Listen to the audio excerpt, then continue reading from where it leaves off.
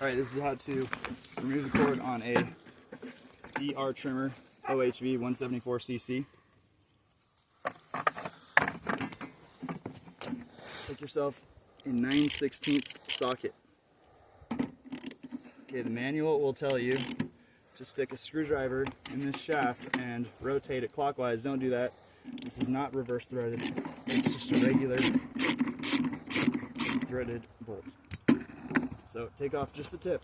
Now this will be stuck on there with grass. There might be wire and rope and rust on the shaft, so you'll have to pry that off, prying here, prying there until you get it off. And clean up the shaft with a wire wheel on a drill. Then this will probably be stuck on there too. So the cup faces up and that's keyed in there, so don't rotate it like the manual tells you to do. Not a big deal if you destroy the keyway, but cup faces up, that goes like that.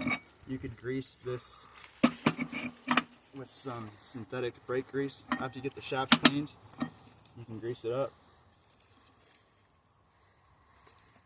Okay, and then last step, you only need 2 cords. You don't want a whole bunch of cords.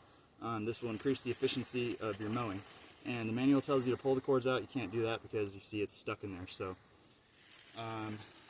you can clean up these little holes in the nubs, and then you'll see that it's keyed. It's flat on one part of the shaft. So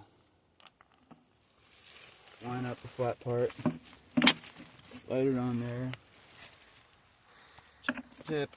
Now see, it's all the way to the end, and the nubs are facing down. And then I don't have the mower on the furthest one up because it seemed like that was it was a little too close.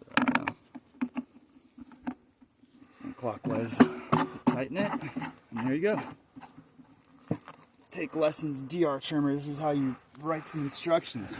All right, enjoy.